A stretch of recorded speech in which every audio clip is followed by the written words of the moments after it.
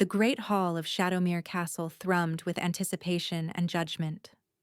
Torchlight danced across the stone walls that had witnessed centuries of choosings, each flame casting writhing shadows that seemed alive with malice. Lyricel kept her gaze fixed downward, studying the worn flagstones beneath her feet. She had memorized every crack, every stain, every imperfection during the endless wait. Around her, silk rustled against leather, wine splashed into goblets, and whispers slithered through the crowd like serpents. "Presenting the ward of Lord Maldrake," the herald announced, his voice carrying the practiced neutrality of court protocol, though contempt bled through at the edges. Lyricel of House Blackmore. The fabricated surname was her uncle's invention, a thin veneer of respectability over her true namelessness. No lineage, no pack standing, just a silent girl whose very existence was considered a stain on the bloodline. Maldrake's fingers dug into her shoulder, propelling her forward with calculated force. She stumbled slightly but recovered, denying the crowd their entertainment. She could feel hundreds of eyes upon her, some pitying, most dismissive, all measuring her worth and finding her wanting. The choosing ceremony occurred once each season, when unmated alphas gathered to select brides from eligible women across the 7 territories. For most, it represented hope, a chance at power, protection, and purpose. For Lyricel, it was her uncle's final attempt to extract value from his worthless investment. She was silent, a condition rarer than white wolves and far less valued. Born without voice, she had never uttered a sound. Not a cry at birth, not a whisper in childhood, not even a scream when her uncle's lessons grew harsh. The healers claimed her vocal cords were intact, that the silence ran deeper than flesh. Perhaps a curse, perhaps a defect of the soul itself. Lord Maldrake stepped forward, adopting the obsequious tone he reserved for those who outranked him. "Your Majesty," he began, executing a bow precisely calibrated to show respect without groveling. "I present my late sister's daughter. Though the moon goddess has seen fit to withhold the gift of speech, she possesses other qualities. Her hands are skilled with herbs and letters. Her temperament is docile. She would serve well in a household requiring discretion." The words stung more than blows. He was selling her like livestock, emphasizing her utility while acknowledging her deficiency. Several younger alphas near the platform exchanged amused glances, their interest already waning. Lyricel finally raised her eyes, not to the leering crowd, but to the figure who dominated the hall from his obsidian throne. King Kael'thorne commanded attention without effort. He was winter given form, sharp cheekbones carved from pale marble, black hair that absorbed light rather than reflecting it, eyes the color of storm clouds pregnant with lightning. Power radiated from him in waves that made lesser wolves instinctively bare their throats. But there was something else, something wrong. The air around him seemed to shimmer with cold, and frost patterns traced delicate fractals across his throne's armrests where his hands rested. The creeping shadow. She had heard whispers of the curse that plagued the royal bloodline, a magical affliction that slowly transformed emotion into ice, warmth into winter, until only a frozen husk remained. Looking at him now, she could see its mark, the subtle gray tinge to his skin, the unnatural stillness of his breathing, the way shadows seemed to pool beneath his feet despite the torchlight. His gaze swept over her with clinical detachment, pausing for perhaps 2 heartbeats before moving on. In that brief moment, she felt evaluated and dismissed, categorized and forgotten. He gestured with one finger. "Proceed." A younger alpha with more ambition than sense stepped forward, his patchy beard failing to disguise his youth. 5 gold coins, he offered, the insultingly low bid drawing snickers from his companions. 3 gold coins, another called out mockingly. For a mute bride, that seems generous. What use is a mate who cannot sing to her pups? The first alpha continued, warming to his theme. Who cannot call her husband home from the hunt? She's not a woman. She's furniture with a pulse. Nervous laughter rippled through the crowd. Maldrake's jaw clenched, watching his already meager prospects dwindle. He had hoped for at least enough gold to cover his gambling debts. An older alpha, scarred from battles and bearing the crude humor of military camps, pushed forward. His eyes raked over Lyricel with undisguised hunger. Perhaps her mouth has other uses, he said, with a leer that made her stomach turn. Silent wives can't complain about their duties, after all. The hall erupted in coarse laughter. Lyricel felt herself shrinking inward, her spirit curling into a protective ball against the casual cruelty. She had endured years of her uncle's contempt, survived the isolation of her condition, but this public humiliation cut deeper than she expected. Then the temperature plummeted. The laughter died instantly. Breath misted in the suddenly frigid air. The scarred alpha's grin froze on his face as every eye turned to the throne.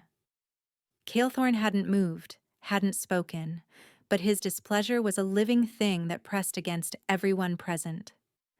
Ice spread from his throne in crystalline patterns, crackling across the stone platform. The scarred alpha dropped to one knee, then to both, his head bowed so low it nearly touched the floor. "Forgive me, Your Majesty," he gasped, his voice strangled with fear. The king's attention returned to Lyricel, and this time his gaze lingered. She felt it like a physical touch, cold fingers tracing her features, peering past her shabby dress and downcast posture to something deeper. A strange sensation bloomed in her chest. Recognition, perhaps, or something more primal. Her inner wolf, usually dormant and disconnected from her voiceless existence, stirred with interest. "Is there any serious claim for this woman?" Calethorn's voice was deep and rhythmic, like distant thunder or ice cracking on a frozen lake. Silence stretched taut as a bowstring. No one dared bid after the king's display of displeasure. Lyricel stood abandoned in the center of the hall, unclaimed and unwanted. Maldrake's face flushed purple with rage and humiliation. He grabbed her arm hard enough to leave bruises, hissing in her ear, "Worthless creature. You've cost me everything. Tomorrow you go to the Scourlands. Let the exiles and madmen find use for you there." The Scourlands, a wasteland at the kingdom's edge where the banished scraped out brutal, short lives. It was a death sentence delivered slowly. She closed her eyes, accepting her fate with the same silence that had defined her existence. "I will take her." The words fell like hammer blows on an anvil, reshaping the world with their impact. Every head snapped toward the throne in perfect synchronization, as if pulled by invisible strings. The collective intake of breath created a sound like wind through empty halls. Lyricel's eyes flew open. Had she imagined it? But no. Calethorn was rising from his throne with fluid grace, each movement deliberate and predatory. He descended the platform steps, his black boots striking stone in a rhythm that matched her suddenly racing heart. The crowd parted before him like water before the prow of a ship. Some pressed back against the walls, others dropped to their knees, all of them caught between awe and terror. The king rarely moved among them, preferring the isolation of his throne. To see him walking, claiming, choosing, it was unprecedented. Maldrake's grip on her arm loosened as greed overcame shock. His mind was already calculating, she could see it in his eyes. The king's interest could mean wealth, position, Power by association. Your Majesty, Maldrake began, his voice honey-sweet with avarice. What an unexpected honor. She will serve you faithfully, I assure you. Her silence makes her the perfect keeper of secrets, the ideal. Calethorn stopped 3 feet away, and Maldrake's words died in his throat. This close, the king's presence was overwhelming. The curse's touch was more visible. Thin veins of shadow traced beneath his skin like dark rivers, and his breath came out in visible puffs despite the hall's warmth. Yet beneath the supernatural cold, Lyricel sensed something else. Heat. Carefully controlled, deeply buried, but unmistakably present. State your terms, Calethorn said, addressing Maldrake without looking at him. His eyes remained fixed on Lyricel, studying her with an intensity that made her feel simultaneously exposed and seen, truly seen, for the first time. That is, Maldrake stammered, caught off guard. The traditional bride price for a ward of noble blood would be Kaldros. The king's beta materialized from the shadows behind the throne, moving with the quiet efficiency of a man who anticipated his lord's needs. He carried a black leather pouch that hit the floor with a resounding thud when he dropped it at Maldrake's feet. 1,000 gold crowns, Kaldros announced in a flat tone, the price of a duke's daughter. Gasps echoed through the hall. It was an absurd sum for anyone, let alone a silent ward with no standing. Maldrake fell to his knees, scrambling to touch the pouch as if afraid it might vanish. Your Majesty's generosity knows no bounds, he babbled, clutching the gold to his chest. She is yours, completely and entirely yours. Calethorn extended his hand toward Lyricel, not a command, but an invitation. She stared at it, paralyzed by the moment's impossibility. His hand was large, elegant despite the calluses from swordwork, and she could see frost gathering on his palm like morning dew. To take it would change everything. To refuse would mean death, if not from the king's wrath, then from her uncle's retribution for costing him such a fortune. Yet neither consideration moved her to action. Instead, it was the look in Calethorn's eyes, a flicker of something beyond cold authority. Loneliness, perhaps, or recognition. Slowly, as if in a dream, she placed her small hand in his. The contact sent shockwaves through her entire being. His skin was ice cold, yes, but at the point where their palms touched, warmth bloomed. Not from him, but from her. It spread up her arm like golden honey, sweet and languid, and she saw his eyes widen fractionally. For one heartbeat, the gray storm clouds in his irises parted, revealing a flash of pure silver. Then his fingers closed around hers, firm but gentle, and the moment passed. He turned, leading her from the hall without another word. The crowd remained frozen, watching their king escort a nobody from their midst, as if she were precious beyond measure.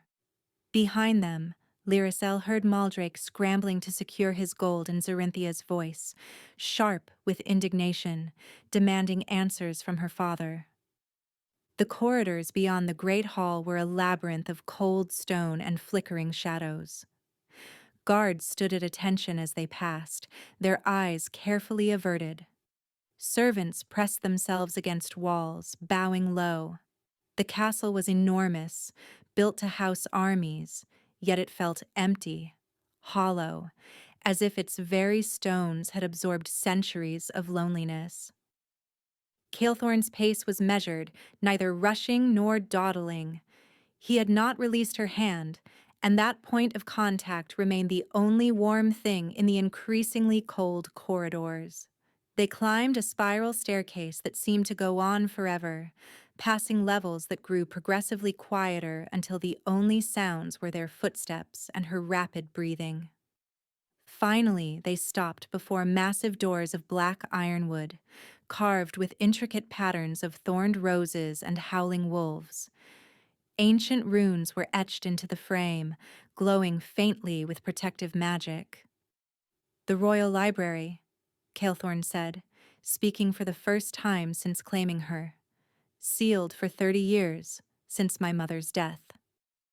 Caldro stepped forward, producing an ornate key that looked older than the castle itself. The doors groaned open, releasing the scent of aged parchment, leather bindings, and something else. Magic, old and slumbering. Lyricel's breath caught. The library was not a room, but a world unto itself. The ceiling soared into darkness, supported by columns carved to look like ancient trees. Shelves stretched impossibly high, accessible only by rolling ladders and narrow walkways that spiraled up into shadow. Moonlight poured through a massive glass dome overhead, illuminating motes of dust that danced like tiny stars. Books, thousands upon thousands of books, more than she had imagined existed in all the world. "This will be your domain," Calethorn said, finally releasing her hand. The loss of contact left her feeling oddly bereft. "You will catalog, preserve, and tend to this collection. These quarters," he gestured to a door barely visible behind a shelf, "will be yours. No one will disturb you here. No one but me." She turned to look at him, questions burning in her eyes. Why? Why her? Why this? He seemed to read her thoughts. "Your silence suits this place," he said carefully, as if selecting each word. "And I require someone who cannot spread the kingdom's secrets." It was a lie, or at least not the whole truth. She could see it in the way his jaw tightened, in the careful distance he now maintained between them. There was more. Something about that moment when they touched, about the way her warmth had pushed back his cold.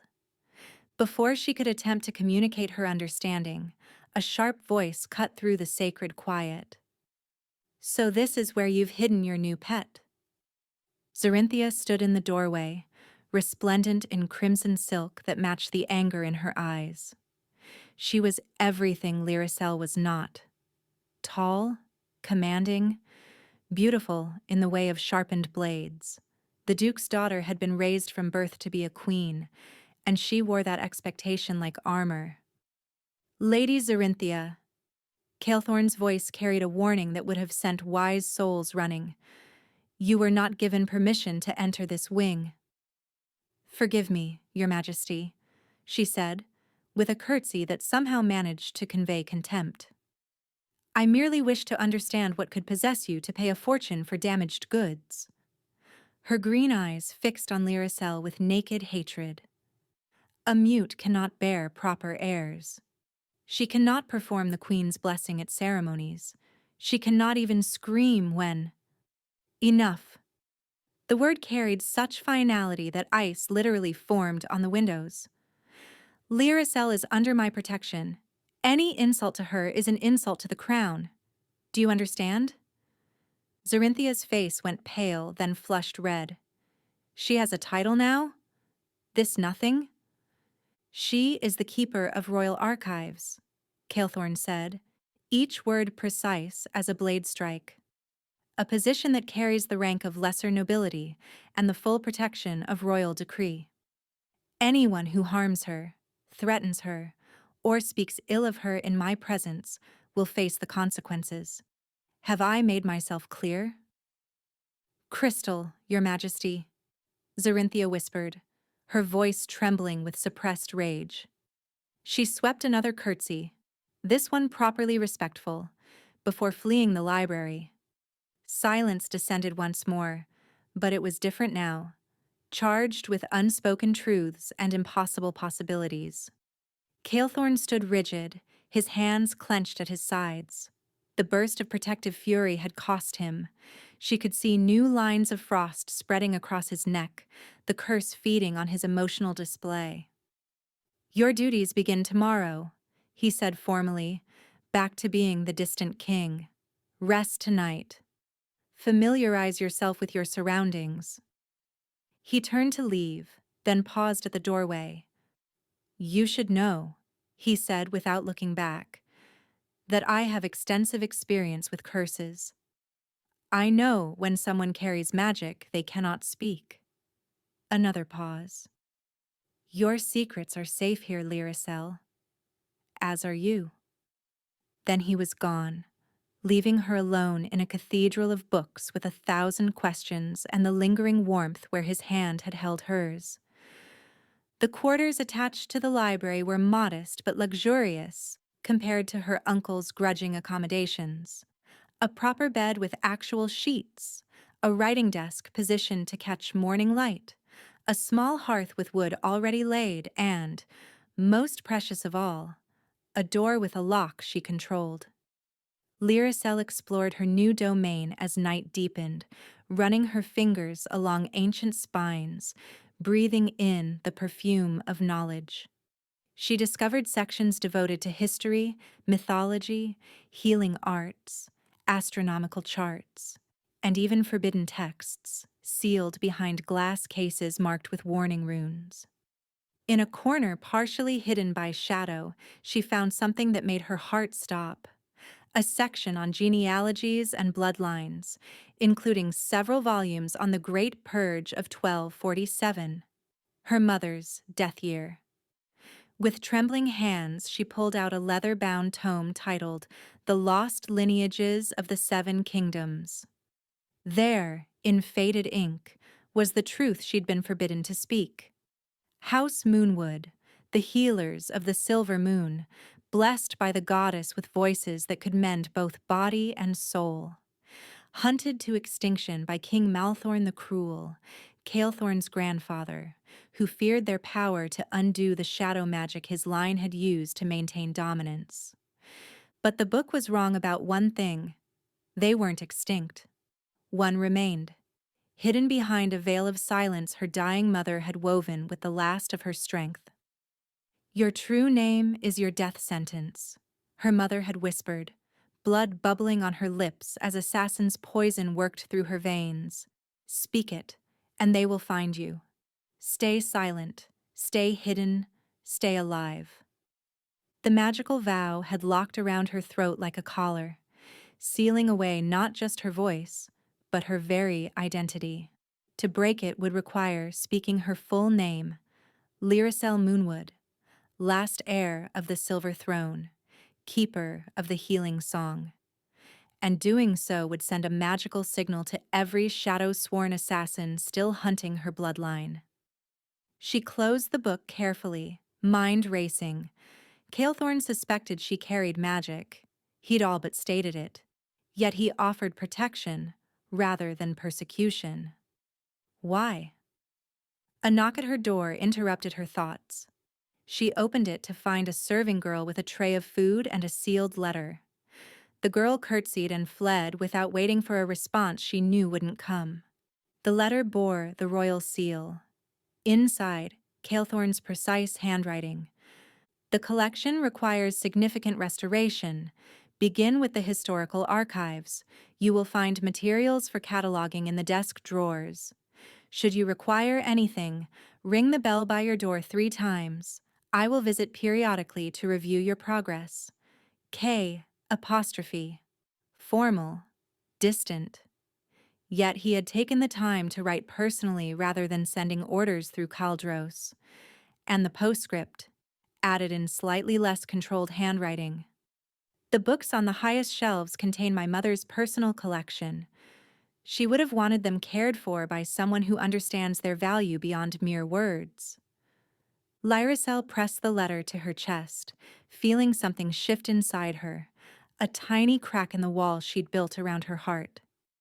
She worked through the night, setting up her cataloging system, organizing the chaos of decades of neglect. When exhaustion finally claimed her, she dreamed of silver light and winter eyes, of voices raised in healing song and shadows dancing with moonlight. She woke to find frost on her windows despite the spring warmth outside, and Calethorn standing in her doorway, watching her with an expression of such profound longing that her breath caught. "Forgive me," he said, stepping back. "I didn't mean to. I was checking the library's temperature. The preservation spells sometimes fail." A lie. They both knew it. He had been drawn here just as she felt drawn to him, two broken souls recognizing something in each other that defied explanation. She rose from her desk where she'd fallen asleep, ink staining her fingers, and gestured to the work she'd completed. His eyes widened slightly as he took in the neat stacks, the careful annotations, the system she'd developed. "You did all this in one night?" She nodded, then pointed to a specific section she'd set aside, books on curse-breaking and magical ailments. A question in the gesture. His face shuddered. "Those won't help. The creeping shadow isn't a normal curse. It's a bargain made in blood and shadow by my ancestor, passing from heir to heir. Each generation, it grows stronger. Each king, it claims faster." He turned away. "My father lived to 40 before it took him completely. I'm 28, and already—" He didn't finish, but she could see the truth. The curse was accelerating. He had perhaps a year before it consumed him entirely. Without thinking, she reached out, her fingers barely brushing his hand. The same warmth flowed between them, stronger this time, and she watched in amazement as the frost on his skin receded, the shadow veins fading slightly. He jerked away as if burned. "Don't," he said harshly. "Whatever you are, whatever magic you carry, don't waste it on me. I'm already lost." But his eyes betrayed him, hungry for that moment of warmth, desperate for the connection he'd just rejected. She wanted to tell him he was wrong, that she could feel the man still fighting beneath the curse's grip. But her silence held her trapped, and he fled before she could find another way to communicate the hope growing in her heart. Days settled into a rhythm. Lyricel rose with dawn, worked through the day organizing and cataloging, and prepared for Calethorn's nightly visits. He came like clockwork as the moon rose, drawn by something neither acknowledged aloud. At first, he maintained careful distance, reviewing her work with professional detachment, but gradually, inevitably, the space between them shrank. He began bringing his own work, kingdom correspondence, trade agreements, diplomatic papers, and settling into the large wingback chair by the fireplace while she worked nearby. They developed a language without words. A tilt of her head meant curiosity. A tap of his fingers indicated frustration with some political matter. She would bring him books she thought might help. Military strategies for border disputes, historical precedents for trade negotiations. He would leave small gifts, new ink, finer parchment, a blanket when the library grew cold. One evening, she found him slumped in his chair, the curse riding him hard. Shadow veins crawled up his neck like living things, and his breath came in pained gasps. Without hesitation, she knelt beside him, taking his hand between both of hers. "No," he growled, but didn't pull away. She focused everything she had into that touch. Not just warmth, but intention, pouring her will against the darkness eating at him. The silver light that had been caged inside her for so long pressed against its bonds, desperate to help, to heal. The shadows retreated gradually, like tide pulling back from shore. His breathing eased. When he opened his eyes, they were clearer than she'd ever seen them. "What are you?" he whispered. She couldn't answer, but she shaped the word with her lips. "Yours?" The admission hung between them, more binding than any spoken vow. He lifted his free hand to cup her face, thumb tracing her cheekbone with devastating gentleness. "You don't understand," he said roughly. My wolf? It recognizes you. It calls you mate. But I can't. A king cannot take a mate he could destroy. The curse doesn't just affect me. It would spread to anyone I bonded with. She shook her head fiercely, squeezing his hand tighter. Her wolf, usually so quiet, howled its disagreement. The curse couldn't touch her. Her moonlight magic was its natural opposite. But she couldn't explain, couldn't reveal the truth without dooming them both. Your torture, he confessed, his thumb still stroking her cheek. Every instinct screams to claim you, to keep you, to never let you go.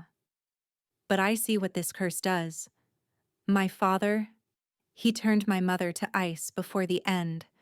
She died frozen from the inside out, calling for warmth that would never come. Tears ran down Lyricel's face. She understood now why the library had been sealed. It had been his mother's sanctuary, and he couldn't bear the reminder of what he'd lost, what he feared becoming. Don't cry for me, he said, though his own eyes were suspiciously bright. I chose to bring you here selfishly. Your presence, it quiets the curse somehow. Just being near you grants me peace I haven't known in years, but I won't let it claim you too. She wanted to scream that he was wrong, that her magic was specifically designed to counter his curse, that they were two halves of an ancient balance. Instead, she lifted his hand to her lips and kissed his palm. A promise, a claim, a rebellion against fate. He shuddered, and for a moment she thought he might give in, might pull her into his arms and damn the consequences. But his iron will reasserted itself. He stood, gently extracting his hand from hers. This cannot continue, he said, though the words seemed to pain him. I'll have Caldros handle the library reviews. You'll have everything you need, but I cannot return. He left, and the temperature dropped so drastically that ice formed on every surface. Lyricel hugged herself, feeling colder from his absence than from any supernatural chill. 3 days passed without sight of him. Caldros came instead, professionally distant, delivering supplies and checking her progress without comment. But she caught him watching her with something like pity. He's worse, the beta said finally, breaking his characteristic silence. The curse feeds on strong emotion, particularly denied desires. By staying away from you, he thinks he's protecting you, but he's killing himself faster. Lyricel grabbed parchment, writing frantically. There must be something we can do. Caldros read her message and shook his head. The curse is specific. Only his true mate could even attempt to break it, and the ritual requires... He paused, seeming to weigh his words. It requires absolute trust, perfect unity, and the speaking of binding vows. Even if he found his mate, how could he ask anyone to take such a risk? She wanted to write, I am his mate, but held back. Caldros was loyal to his king above all. If he thought she posed a danger, he'd remove her despite Calethorn's protection. That night she was pulled from sleep by an agonized howl that seemed to shake the castle's foundations. Without thinking, she ran barefoot through the corridors, following the sound to its source. She found chaos in the throne room. Guards stood frozen in terror as Calethorn writhed on the floor, more shadow than man. The curse had progressed dramatically. Half his body was translucent darkness, and ice spread from him in killing waves. Zerinthia stood nearby with several nobles, her face a mixture of fear and calculation. The king is dying, someone whispered. The shadow finally claims him. We must summon Lord Mortavius, Zerinthia said, louder than necessary. As High Counselor, he should oversee the transition of power.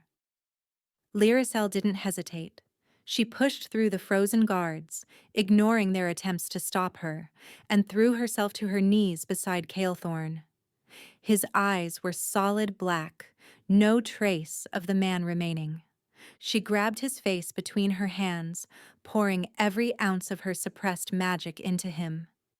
Silver light erupted from her palms, visible to everyone present. Gasps and cries of "witch" filled the air, but she didn't care. The shadows fought back, lashing at her with tendrils of pure darkness. They cut her arms, her face, seeking to drive her away. But she held on, stubborn and desperate, flooding him with moonlight. "Lyricel," he gasped, a moment of clarity in the storm. "Run. Can't control." She shook her head fiercely, pressing her forehead to his. If she could just push enough magic into him, maybe she could buy them time. Maybe she could. A hand gripped her shoulder, yanking her back. Lord Mortavius stood over her, his face a mask of false concern. "Seize the witch," he commanded. "She's killing our king with dark magic." "No!" Caldros stepped forward. "She was helping—" "Look at him," Mortavius interrupted, gesturing to Calethorn, who lay unconscious, shadows still writhing across his skin. "She's clearly cast some spell. Lock her in the dungeons until we can determine the truth." Guards moved uncertainly toward her. Lyricel looked desperately at Caldros, but his face was torn between loyalty to his king and the clear magical display he'd witnessed. "I'm sorry," he said quietly. "It's for your own protection as much as anything. Until the king wakes. If he wakes," hung unspoken in the air. They dragged her away, her last sight of Calethorn's still form surrounded by shadows and ice. The dungeon cell was cold, damp, and dark. They'd taken everything, even her simple dress replaced with rough prisoner's garb. She could hear dripping water somewhere in the distance and the occasional scurry of rats. But worse than the physical discomfort was the magical dampening. The cell was warded against magic use, and she could feel her moonlight gift compressed, caged even tighter than her voice. Without the ability to channel it, the power built inside her like pressure behind a dam. Hours passed, or perhaps days. It was impossible to tell in the unchanging darkness. No one came except a silent guard who pushed bread and water through a slot twice a day. Finally, footsteps echoed down the corridor. Mortavius appeared, torch in hand, his expression triumphant. "The king remains unconscious," he informed her. "The healers say if he doesn't wake within the next day, he never will." "How convenient that you'll be blamed for his death." She glared at him, seeing clearly now what she'd only suspected. He wanted the throne, had probably been feeding the curse somehow, accelerating its progress. "Oh, don't look so surprised," he said, moving closer to the bars. "Did you think your little light show went unnoticed?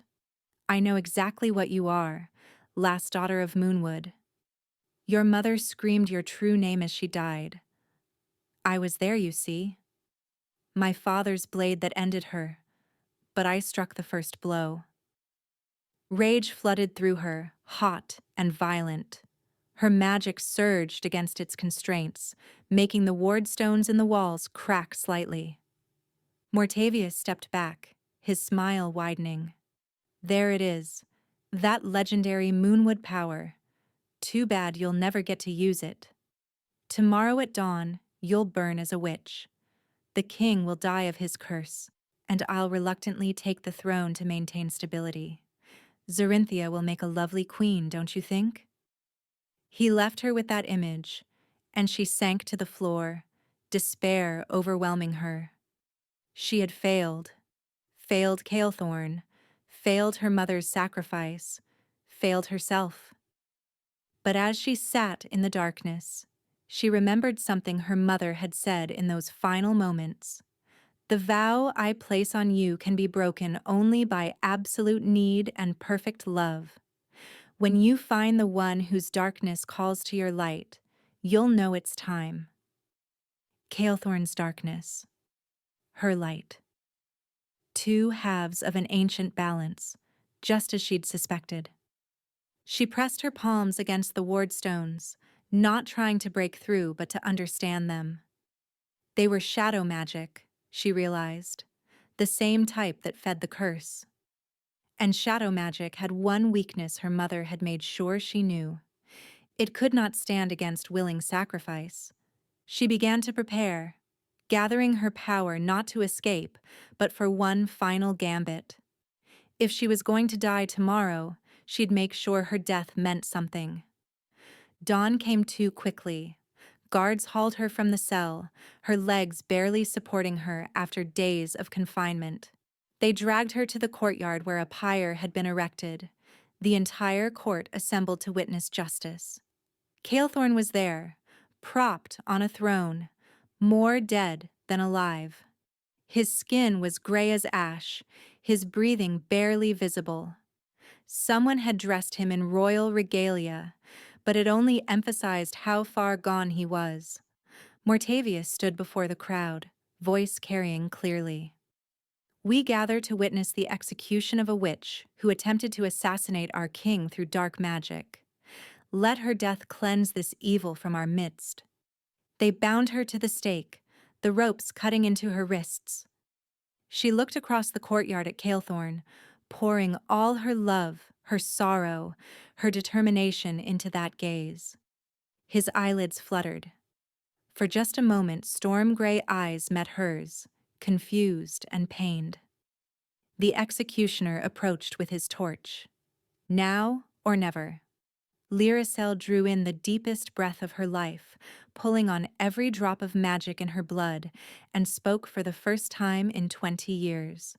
Her voice rang out clear as silver bells, carrying the power of the moonlight itself.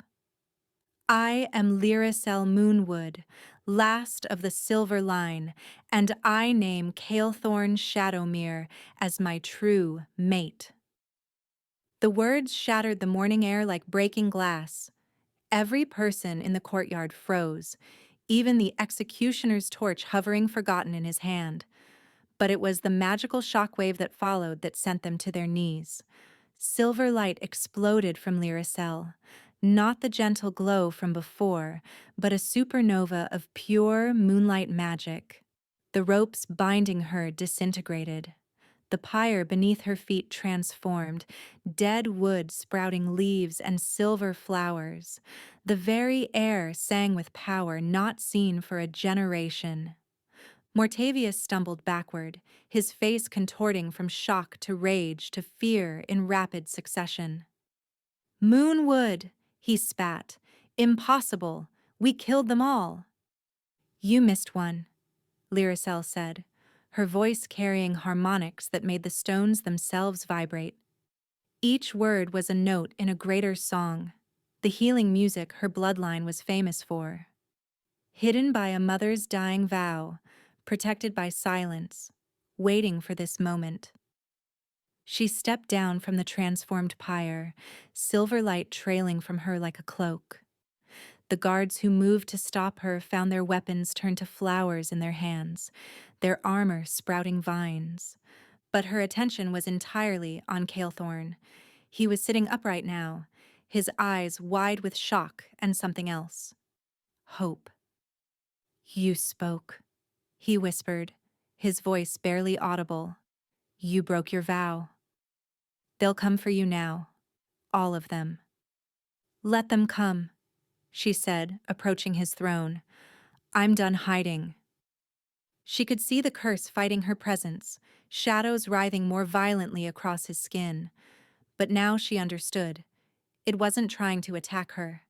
It was trying to protect him from the pain of hope, from the possibility of salvation that might be snatched away. "The Moonwood line is extinct," Mortavius said loudly, addressing the crowd. "This is a trick, an impostor using forbidden magic to—" "You know I'm real," Lyricel interrupted, turning to face him. "You recognized my mother's power in me. That's why you've been accelerating Calethorn's curse, isn't it? You sensed what I was, and knew I was the only threat to your plan. Gasps rippled through the assembled nobles. Caldro stepped forward, hand on his sword. "Explain," he commanded Mortavius. "She's lying," Mortavius snarled, but sweat beaded on his forehead. "The witch seeks to divide us." "Then you won't mind submitting to truth-speaking," Lyricel said. She began to hum, a low, thrumming note that made the air shimmer. "It's one of my bloodline's gifts, compelling honesty through song." Mortavius's mouth opened against his will. "I've been feeding the curse with shadowroot poison in the king's wine for months," he blurted, then clamped his hands over his mouth in horror. The crowd erupted. Guards moved toward Mortavius, but he pulled a blade from his robes, the same twisted dagger that had killed Lyricel's mother, she realized with a start. "If I cannot have the throne through succession," he snarled, "I'll take it by force." He lunged not at Lyricel but at Calethorn, knowing the king was too weak to defend himself. Lyricel moved without thinking, throwing herself between them. The blade meant for Calethorn's heart pierced her shoulder instead, and she cried out. Her first sound of pain in 20 years. Her blood, silver bright with moonlight magic, splattered across Calethorn's face and hands. The effect was instantaneous and devastating. Calethorn roared, the sound shaking the entire castle. He erupted from his throne, the curse and the moonlight magic suddenly, violently united in his fury. Shadows and silver light swirled around him in a devastating maelstrom. "You dare!" he snarled at Mortavius, who stumbled backward in terror. "You dare harm what is mine?" "I was trying to save the kingdom from you," Mortavius screamed. "The curse will consume everything. The only thing being consumed here is you." Calethorn raised his hand, and shadows responded, but not the twisted, corrupted shadows of the curse. These were clean, sharp, precise. Shadow as it was meant to be, balanced with light, working in harmony rather than opposition. Mortavius tried to run. The shadows caught him, wrapping around his limbs like chains. But it was Lyricel who ended it, her voice rising in a song of judgment that stripped away his magical protections, leaving him vulnerable to justice. "For the murder of Queen Oriah Moonwood," she sang, each word a hammer blow. "For the attempted murder of King Calethorn, for treason against the crown and crimes against the natural order, you are condemned." The shadows tightened. Mortavius had time for one final scream before he dissolved into nothingness, leaving only the echo of his malice behind. Silence fell over the courtyard. Then Lyricel swayed, the dagger still embedded in her shoulder, her silver blood pooling at her feet. Calethorn caught her as she fell, his face twisted with anguish. "No," he breathed, pressing his hands to the wound. "No, you can't. I just found you." She lifted a trembling hand to his face. "Had to," she whispered, her voice already fading. "Had to save you. My mate. My choice." "Then choose to live," he commanded, but his voice broke on the words. "Please, Lyricel. I can't do this without you. The curse." "Look," she breathed, and he did. The curse was changing. Where her blood had touched him, the shadow veins were transforming. Not disappearing, but shifting into something new. Shadow and moonlight intertwined, neither consuming the other but creating something unprecedented. "We're not opposites," she realized aloud, understanding flooding through her even as her strength faded. "We're complementary. Two halves of Dash Dash." Her eyes rolled back, and she went limp in his arms. Lyricel drifted in and out of consciousness, caught between waking and dreams. Sometimes she felt cold hands on her face, heard desperate voices commanding her to fight. Other times she floated in silver light, her mother's voice singing lullabies from childhood. You've done well, my daughter, Araya's spirit whispered. But your work isn't finished. He needs you. The kingdom needs you. The balance must be maintained. I'm tired, Lyricel replied in the dream space. The blade was poisoned. I can feel it eating at me. Then stop fighting alone, her mother said gently. You have a mate now, bonded in blood and choice, if not yet in ceremony. Draw on his strength as he draws on yours. Lyricel woke gasping, her shoulder burning with fever. She was in an unfamiliar room. No, not unfamiliar. This was the royal chambers, she realized. Calethorn's private sanctuary, where no one but the king was permitted. He was there, slumped in a chair beside the enormous bed, his hand wrapped around hers. Even in sleep, he looked haggard. Dark circles under his eyes, several days' worth of stubble, clothes unchanged and rumpled. But the curse was different. The shadow veins were still there, but they pulsed with silver now, creating patterns like moonlight through tree branches. Beautiful, rather than terrible. She squeezed his hand weakly. His eyes snapped open, immediately alert. Lyricel, he breathed, leaning forward. Thank the goddess. You've been unconscious for 5 days. The healers said. He swallowed hard. They said the poison was beyond their skill, that only ancient magic could. She pressed a finger to his lips, silencing him. Help me sit up, she whispered, her voice still rough from disuse. He supported her carefully, piling pillows behind her back. She could see the restraint it took not to crush her against him, the desperate need for contact warring with fear of causing pain. The kingdom?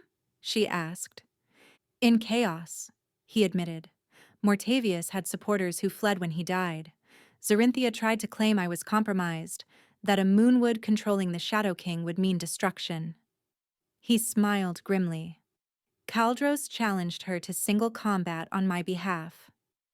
She's currently recovering from several broken ribs and a shattered ego. You didn't fight yourself? I couldn't leave you. The simple statement carried so much weight she felt tears prick her eyes. Besides, the curse, it's changing. I can feel it, Lyricel. For the first time in my life, the cold isn't consuming. It's just part of me, balanced. She studied him, noting the healthier color in his cheeks, the clarity in his eyes. We need to complete the bond, she said softly. The healing won't hold otherwise. My bloodline's magic requires. I know.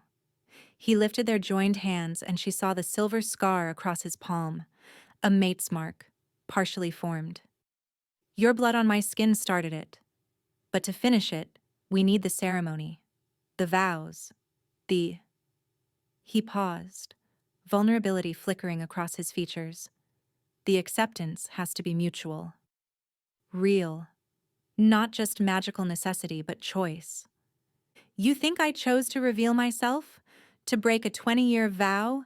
To take a poisoned blade for magical necessity? She freed her good hand to cup his cheek. Calethorn Shadowmere, I have loved you since the moment you stood against that crowd for me. Every night you came to the library, every small kindness, every moment you fought your nature to protect me. I was already yours. He turned his face into her palm, pressing a kiss there that sent warmth through her entire body. And I've been yours since you first took my hand. My wolf knew, even if my mind resisted. He met her eyes, storm gray now threaded with silver. But you should know what you're binding yourself to. The curse may be balanced now, but it's still there. Our children will carry it. The kingdom will always fear. Our children will carry moonlight and shadow both, she interrupted. The first truly balanced rulers in 300 years. As for the kingdom's fear. She smiled. Let them see their king's strength tempered with a queen's compassion. Let them understand that darkness and light need not be enemies. He studied her for a long moment, then stood, helping her carefully to her feet. Then we do this properly. Despite her protests about her injury, he insisted on sending for proper attire. Within hours, she stood in a gown of silver and midnight blue, the moonwood crest, hidden for so long, embroidered proudly on the bodice. Calethorn wore his royal regalia, but threaded through with silver now, acknowledging the change in him. The throne room had been transformed. Where before only cold stone and shadows reigned, now moonflowers bloomed, their petals glowing softly. The assembled court watched with a mixture of awe and trepidation as their king led his chosen queen to the dais. Caldros stood as witness, bearing the ceremonial bonds, not chains but ribbons of shadow and light intertwined. The symbolism was clear. This was not binding but joining. "Speak your name for all to hear," Calethorn commanded gently. Lyricel's voice rang out, carrying the full power of her heritage. "I am Lyricel Moonwood, last heir of the silver throne, keeper of the healing song, daughter of queens who sang the world toward light." "And I am Calethorn Shadowmere," he responded, his voice harmonizing with hers in a way that made the very air shiver. "Born of shadow, keeper of ancient pacts, son of kings who shape the darkness into strength." "Do you accept the bond?" Caldros asked formally, "knowing it cannot be broken, that your souls will be entwined through this life and all that follow?" "I accept," they said in unison. The ribbons wound around their joined hands and Lyricel began to sing. Not words, but pure music, the healing song her mother had hummed as she died, the song that had been building in her throat for 20 years. Calethorn responded not with song, but with something deeper, a thrumming that seemed to come from the earth itself, shadows dancing to her melody, creating harmony from what had always been discord. The magic that erupted from their union knocked everyone in the throne room to their knees. It raced through the castle, through the city, across the kingdom itself. Where it passed, long-dead gardens bloomed with night-blooming flowers. Shadows that had been harsh became soft, providing comfort rather than fear. The eternal winter that had gripped the northern provinces for decades finally broke, giving way to a gentle spring. When the magic settled, Lyricel and Calethorn stood transformed. Her hair now bore streaks of shadow black through its gold. His eyes held permanent flecks of silver. Most remarkably, where their hands touched, small flowers bloomed, shadow roses with silver-touched petals, impossible and beautiful. "Rise," Calethorn commanded the court, and they did, looking upon their transformed rulers with wonder. "Let it be known that the age of division ends today. Shadow and light, Moonwood and Shadowmere are one." The first challenge came within a week. Lord Aldrich of the Eastern Marches arrived with a contingent of warriors, claiming that the contamination of royal blood with Moonwood magic violated ancient law. He demanded that Calethorn step down or face civil war. Lyricel watched from her throne, still strange to think of it as hers, as Aldrich strutted into the throne room like he owned it. He was everything the old regime had valued, brutal, traditionalist, convinced that might alone made right. "You've been bewitched," Aldrich declared, pointing at Calethorn. "No true Shadow King would dilute his bloodline with that moonlight poison. I challenge your fitness to rule."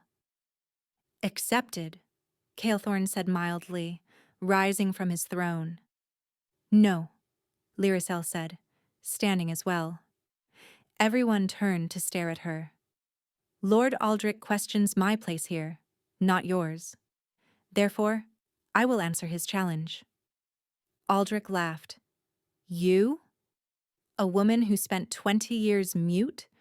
You think to fight me?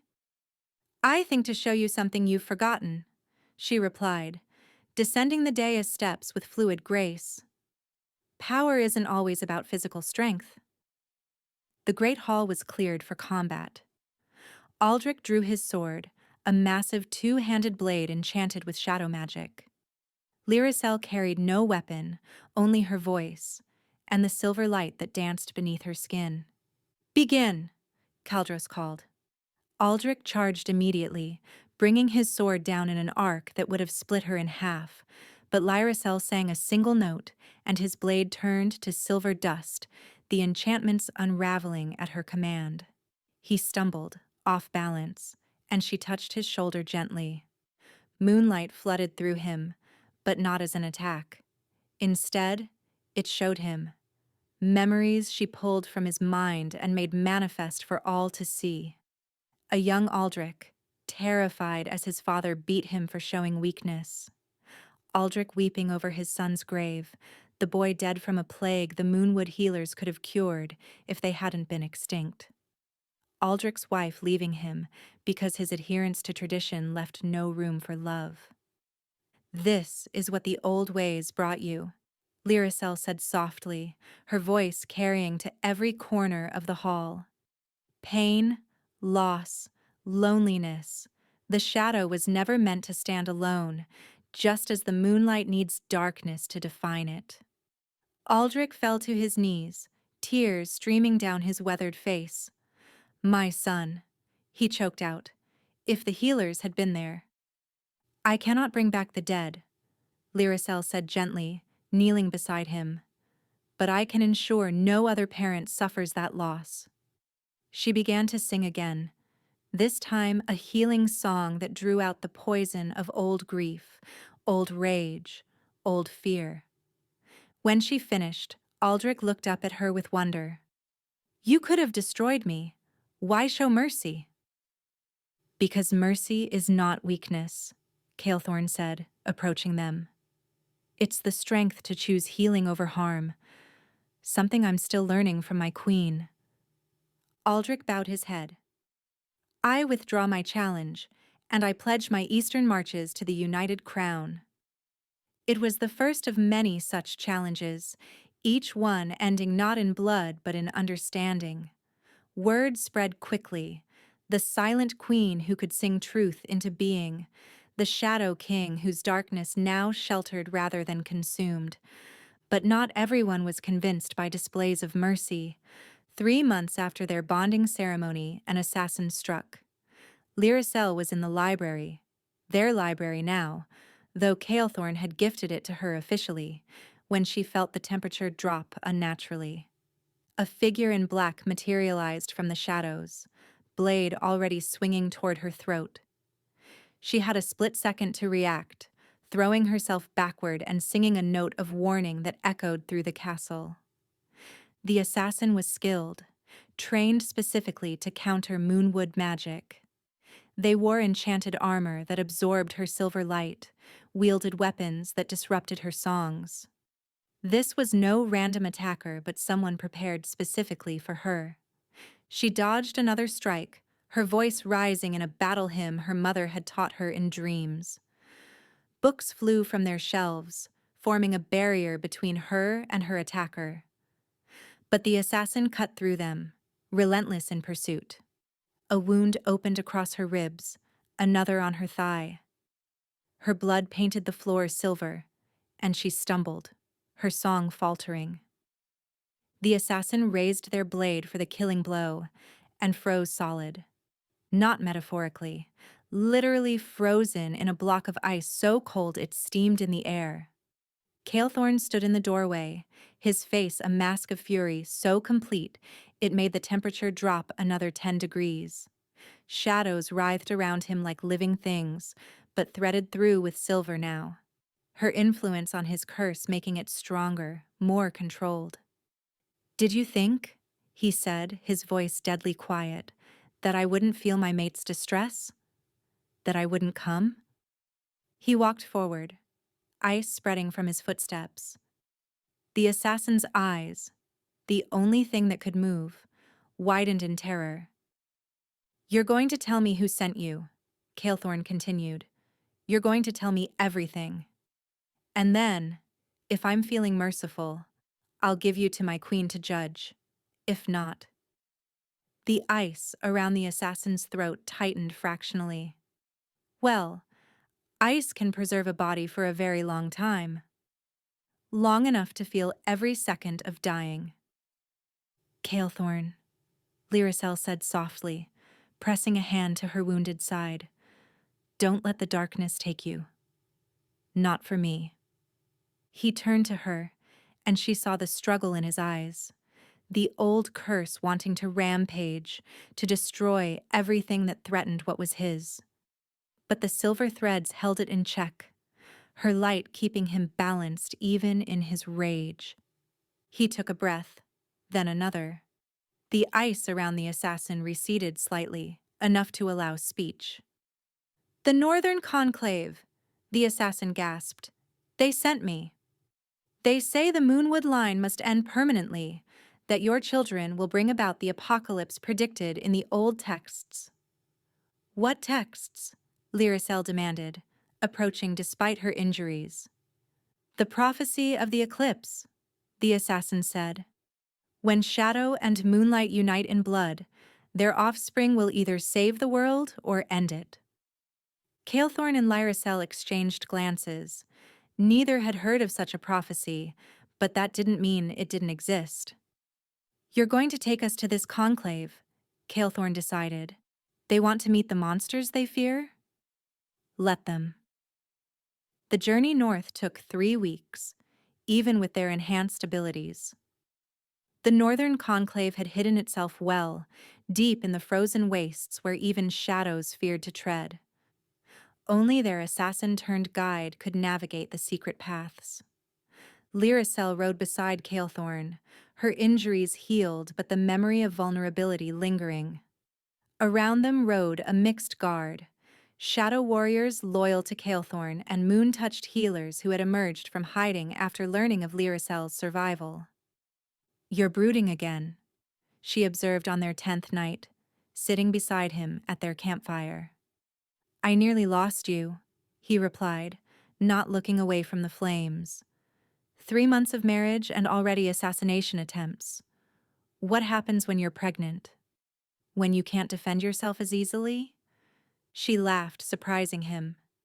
You think pregnancy will make me helpless? My mother fought off 12 assassins while in labor with me. Moonwood women don't become delicate flowers when with child. We become forces of nature. He turned to study her, firelight playing across his features. You want children, even knowing about this prophecy. I want your children, she corrected. Shadowborn and moon-blessed, probably terrifying and definitely powerful. The prophecy speaks of choice, salvation or destruction. We'll raise them to choose wisely. He pulled her against him, burying his face in her hair. How are you so certain? So unafraid? Because I spent 20 years afraid, she answered. 20 years silent, hidden, alone. I'm done with fear. We're writing a new story, Calethorn. One where shadow and light dance together instead of fight. Their assassin guide, who'd reluctantly given his name as Marcus, spoke up from across the fire. You really believe that? That you can change centuries of hatred? We already have, Caldros pointed out. He'd insisted on leading their guard personally. The eastern marches, the riverlands, even parts of the western desert have declared for the United Crown. Only the Northern Conclave holds out. Because they know the full prophecy, Marcus said quietly. Not just the part about children, but what comes before. The joining of bloodlines will wake the ancient ones, the first shadows and the primal light. They will judge if this unity is abomination or evolution. Silence fell over the camp. Even the fire seemed to dim at the mention of the ancient ones, beings that existed in the time before time, when magic was raw and untamed. When? Lyricel asked. When are they supposed to wake? The prophecy says, when the first child quickens in the womb, Marcus replied. That's why the conclave wanted you dead before you could conceive. Once you're pregnant, it becomes inevitable. Lyricel's hand moved instinctively to her stomach, and Calethorn caught the gesture. His eyes widened. Lyricel. She met his gaze steadily. I wasn't certain, but I've been feeling different. Stronger in some ways, more vulnerable in others. I was going to wait until we returned to confirm with the healers, but... You're pregnant, he breathed, wonder and terror warring in his voice. Marcus went very pale. Then we're too late. The Ancient Ones will already be stirring. As if in response to his words, the ground beneath them trembled. In the distance, a mountain that had been dormant for millennia began to glow with an eerie light, half silver, half shadow. How long do we have? Kaldros demanded. The prophecy says 9 months, Marcus replied, the length of a pregnancy. The Ancient Ones will fully wake when the child is born. That's when they'll render judgment. Then we have 9 months to prove that our unity is evolution, not abomination, Lyricel said firmly. 9 months to show the Ancient Ones that shadow and light can create something greater than either alone. And if we fail? Calethorn asked, though he already knew the answer. Then both bloodlines end, Marcus said simply, along with all magic in the world. The Northern Conclave's hidden city was carved from ice and shadowstone, beautiful in its austerity. The guards at the gates nearly attacked when they recognized Lyricel, but Calethorn's presence, and the obvious change in his curse, gave them pause. They were escorted to the council chamber, where 5 ancient figures sat in judgment. These were the oldest of the old blood, survivors from the time when Moonwood and Shadowmere first split into opposing forces. So, the central figure, a woman whose hair was white as fresh snow, spoke first. The abomination comes to us willingly. The evolution, Lyricel corrected calmly, and we come seeking understanding, not conflict. You carry an impossibility in your womb. Another counselor, his skin bearing shadow marks like tattoos, snarled. A child that should not exist. Why? Calethorn demanded. Because your traditions say so? Because you've forgotten that shadow and light once worked together? The white-haired woman, Elder Selene, Marcus whispered, stood slowly. You don't understand. We don't maintain the separation out of hatred but out of necessity. When shadow and light unite fully, they create something neither can control. The last time it happened. She waved her hand, and the ice walls became transparent, showing images from the past. A great city, grander than anything in the current world, where shadow workers and light singers lived in harmony. Then a child born of both bloodlines, power beyond measure coursing through their veins. The images shifted, showing destruction. The child, grown to adulthood, had lost control. Shadow and light warring within them had torn the city apart, created the frozen wastes, split the bloodlines forever. That was my ancestor, Elder Selene said quietly. I watched my brother destroy everything we'd built because the power was too much for any one being to contain. The Ancient Ones decreed then that the bloodlines must remain separate or risk the world's destruction. But you separated completely, Lyricel argued. No balance, no harmony. Look what that led to. Genocides, curses, endless war. Maybe your brother fell because he had no one to understand him, no one to help him balance. You think you're different? The shadow-marked counselor scoffed. You think your love will be enough? We think our understanding might be, Calethorn said. Your brother was alone. Our child won't be. They'll have both of us. and a kingdom learning to balance shadow and light. Elder Selene studied them for a long moment. You truly believe you can change the outcome? We have to, Lyricel said simply. The Ancient Ones are already waking. If we're going to be judged regardless, we might as well try to tip the scales toward evolution rather than extinction. There is another part of the prophecy, Elder Selene admitted reluctantly. A trial. If the united pair can pass 3 tests before the child's birth, the Ancient Ones might judge favorably. What tests? Calethorn asked immediately. We don't know. The prophecy only says they'll come at the trimester marks, 3rd month, 6th month, and 9th month. Each test will be harder than the last, and failure at any point means... She trailed off. Death, Marcus supplied helpfully. We'll face them, Lyricel said without hesitation. Together. Elder Selene sighed deeply. Then the conclave will not oppose you. We'll even provide what aid we can. But know this.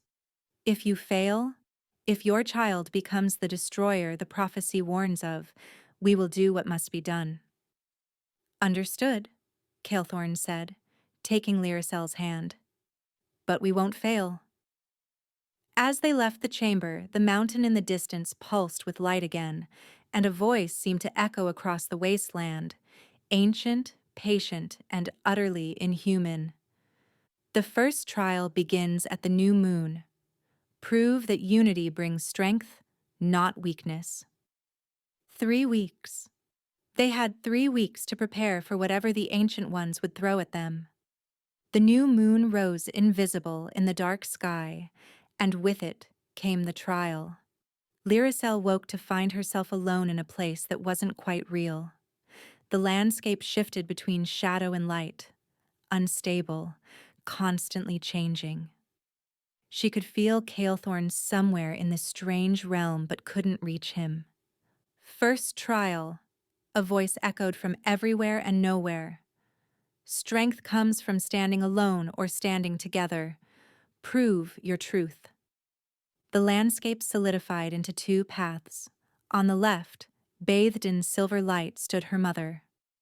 Not a memory or illusion, but somehow truly her, pulled from whatever realm the dead inhabited. My daughter, Aurea said, tears streaming down her face. I've missed you so much.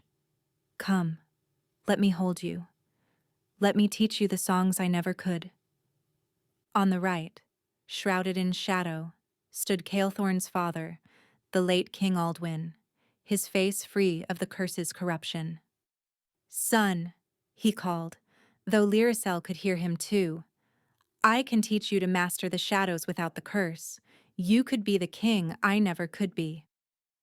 Lyricel understood immediately. They were being offered their deepest desires, connection with lost parents, knowledge that had been denied them. But accepting meant choosing the past over the future, separation over unity. She took a step backward instead of forward, reaching with her senses for Calethorn. She could feel him facing the same choice, the same temptation. Together, she whispered, knowing somehow he would hear. We choose together. She began to sing, not a moonwood healing song, but something new, a melody that incorporated the shadow's rhythm she'd learned from Calethorn. He responded. She could feel it, adding his voice to hers in a harmony that had never existed before. The 2 paths shuddered, then merged, creating a 3rd way forward. Their parents' figures smiled sadly but proudly as they faded. You would have made them proud, Aurea whispered as she disappeared. Both of you, Aldwin added, his voice carrying approval his living self had never expressed. The landscape solidified into a bridge spanning an impossible chasm. Lyricel and Calethorn stood at opposite ends, finally able to see each other. But the bridge was narrow, treacherous, and beginning to crumble. Only one can cross safely. the ancient voice declared. Choose who survives. Neither, they said in unison, stepping onto the bridge simultaneously. It cracked under their combined weight, pieces falling into the void below. But they didn't stop, moving toward each other with absolute faith. Where Laricel stepped, moonlight reinforced the structure. Where Calethorn placed his feet, shadows wove new supports. They met in the middle just as the last of the original bridge fell away, standing on a construction of pure merged magic, silver and shadow intertwined, stronger than either alone. Interesting, the ancient voice mused. You reject the premise of the test itself. We reject the idea that strength means standing alone, Lyricel said firmly, or that survival requires choosing one over the other. The old ways demand sacrifice, the voice pressed. One must fall for the other to rise. Then we'll make new ways, Calethorn replied, his arm around Lyricel's waist. Ways where both can rise together. The void around them shimmered, and suddenly they were back in their bedchamber, dawnlight streaming through the windows. But something had changed. Where their skin touched, small sparks of combined magic danced. Not painful, but energizing, like their very beings were learning to resonate together. One trial down, Lyricel said, her hand moving to her still flat stomach. 2 to go. But even as she spoke, she felt something new. Their child's first movement, too early by normal standards but unmistakable. A flutter of power that was neither shadow nor light, but something entirely unprecedented. They're strong, Calethorn murmured in wonder, his hand covering hers. I can feel them.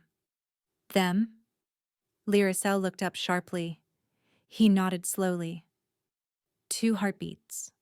2 souls. Twins. The prophecy hadn't mentioned twins. No one had considered the possibility of not one child of united bloodlines, but 2. This changes things, Lyricel said softly. This changes everything, Calethorn agreed. News of the twins spread quickly, dividing the kingdom further. Some saw it as double the blessing, others as double the threat.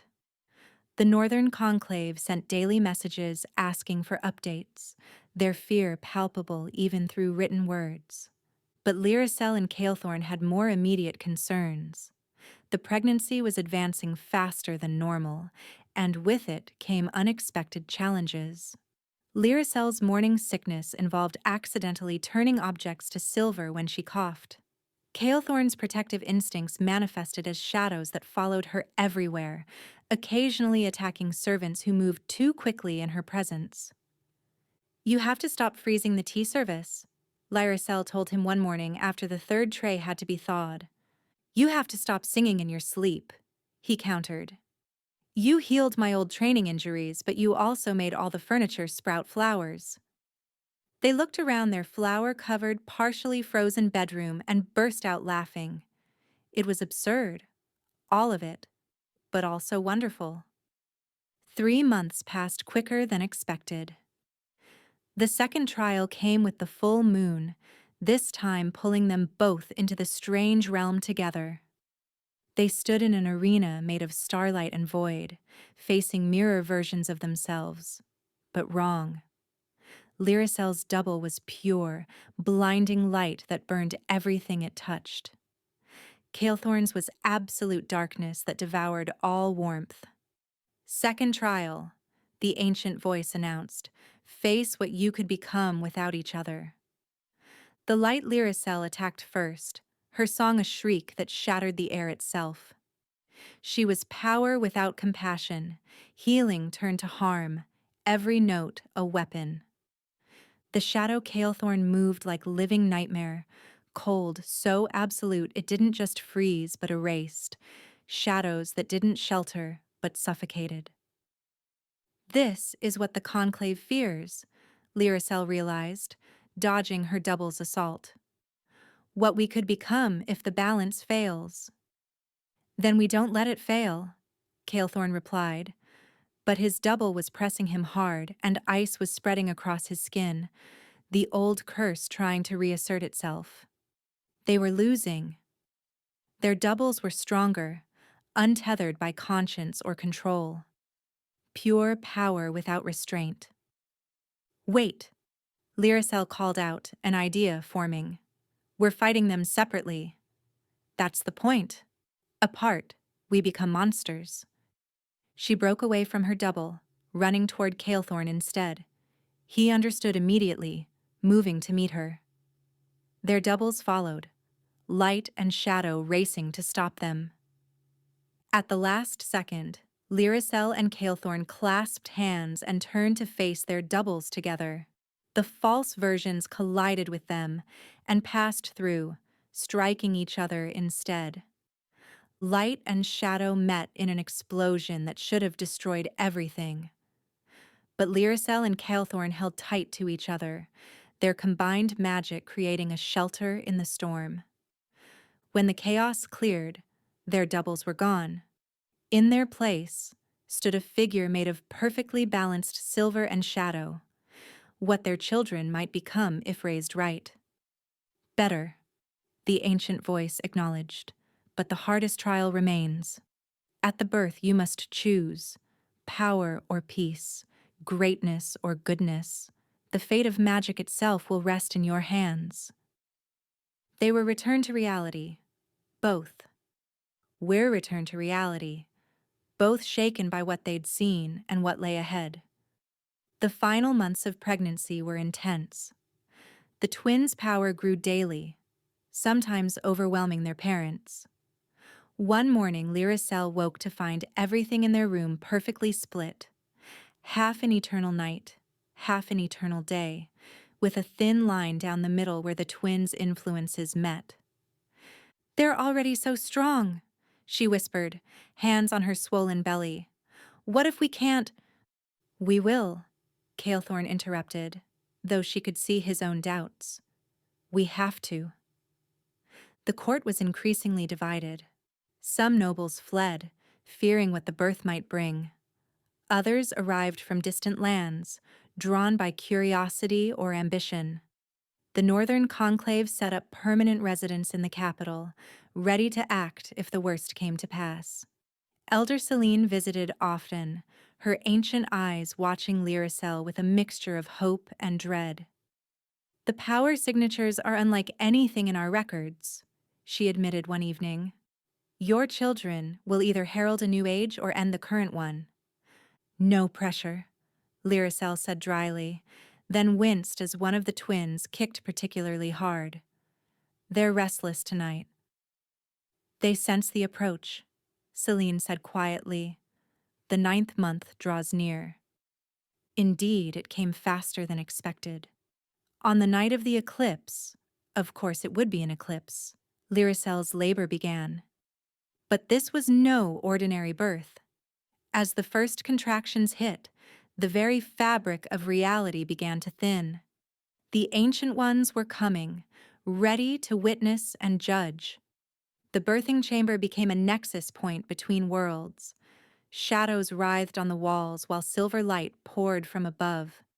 The temperature fluctuated wildly, freezing one moment, burning the next. "Everyone out," Calethorn commanded, but Lyricel grabbed his hand. "You stay," she gasped between contractions. "We face this together." The room shifted, becoming the same strange realm where they'd faced their trials, but now it was filled with presences, ancient, vast, incomprehensible. The Ancient Ones had come to witness. "The final trial," their collective voice echoed. "As your children enter the world, you must choose their nature. Will they be gods among mortals, reshaping the world with their power? Or will they be bridges, showing others the path to balance? Power or peace? Greatness or goodness? Choose." Another contraction hit, and Lyricel saw it clearly. 2 paths for their children. In one, The twins grew to become the most powerful beings ever known, ruling with benevolent but absolute authority, their magic keeping peace through strength. In the other, they became teachers, showing others how to find the balance within themselves, spreading the unity their parents had discovered but never forcing it. Power corrupts, Lyricel gasped, even benevolent power. But without strength, they'll be vulnerable, Calethorn argued, his protective instincts screaming. The world will try to use them or destroy them. Then we teach them to be strong without being dominant, Lyricel said. To lead by example, not force. The Ancient Ones pressed closer. Choose. We choose, Lyricel and Calethorn said in unison, to let them choose. Silence fell. Even Lyricel's labor pains paused. Explain, the Ancient Ones demanded. We won't shape their destiny before they're even born, Calethorn said firmly. We'll teach them balance, show them both paths, and when they're ready, they'll choose for themselves. That's not, the Ancient Ones began. That's the point, Lyricel interrupted, then cried out as the labor resumed with devastating intensity. You keep demanding choices between extremes, light or dark, power or peace, one or the other.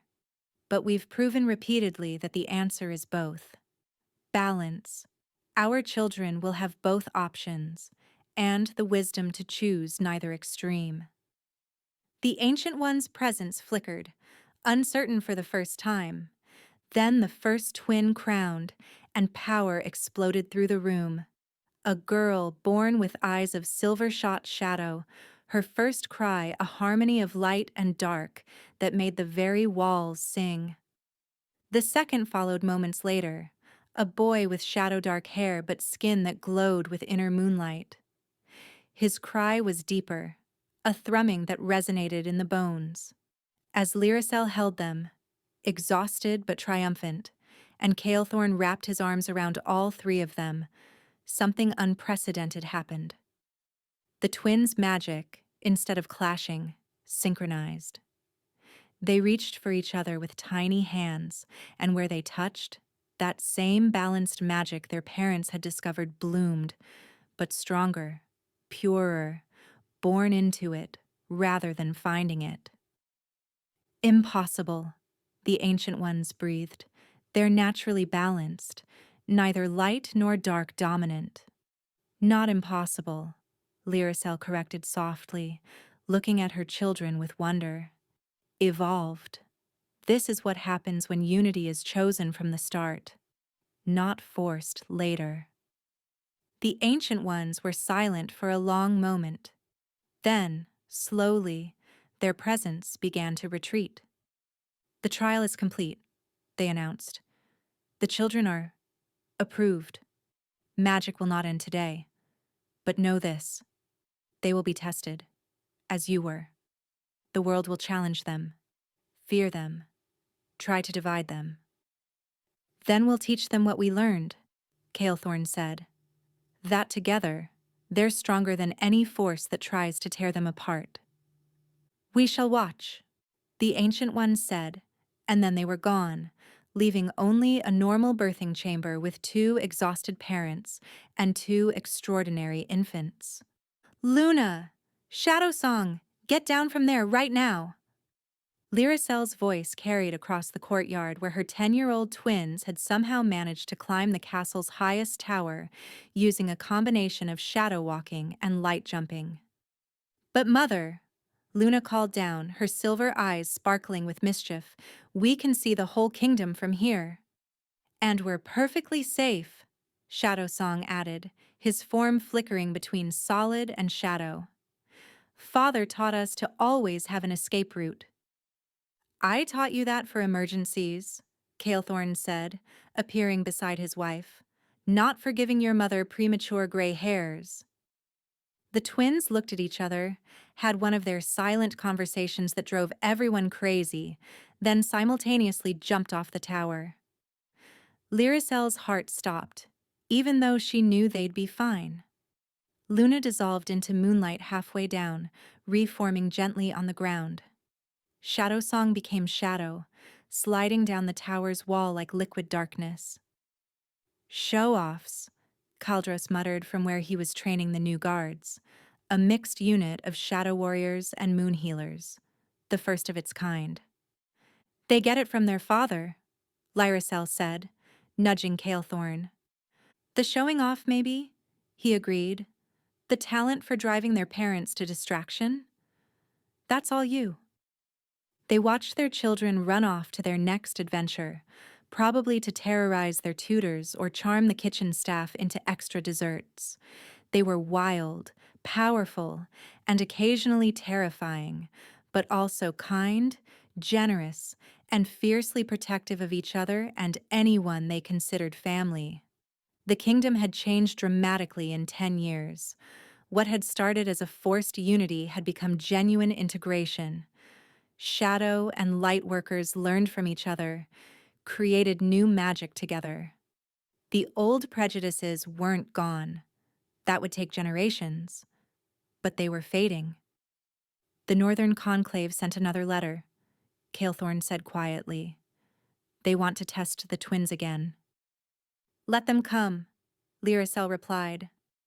Luna will probably turn their robes into butterfly wings, and Shadow Song will convince them to stay for tea. Remember when we thought they'd be the destruction of everything? Remember when we thought we would be? They stood together, watching the sun set over their kingdom, their balanced, imperfect, wonderful kingdom. Shadows lengthened as the moon began to rise, and for a moment, everything was in perfect harmony. Mother! Father! Luna's voice carried from inside. Shadow ate all the dessert again. Did not. You turned it invisible so I'd get blamed. Children, Lyricel sighed, but she was smiling. Our children, Calethorn corrected, pulling her close.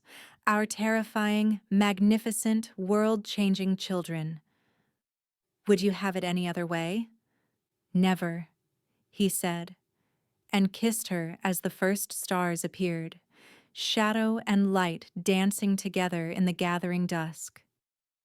The prophecy had been fulfilled, but not in any way the Ancient Ones had foreseen.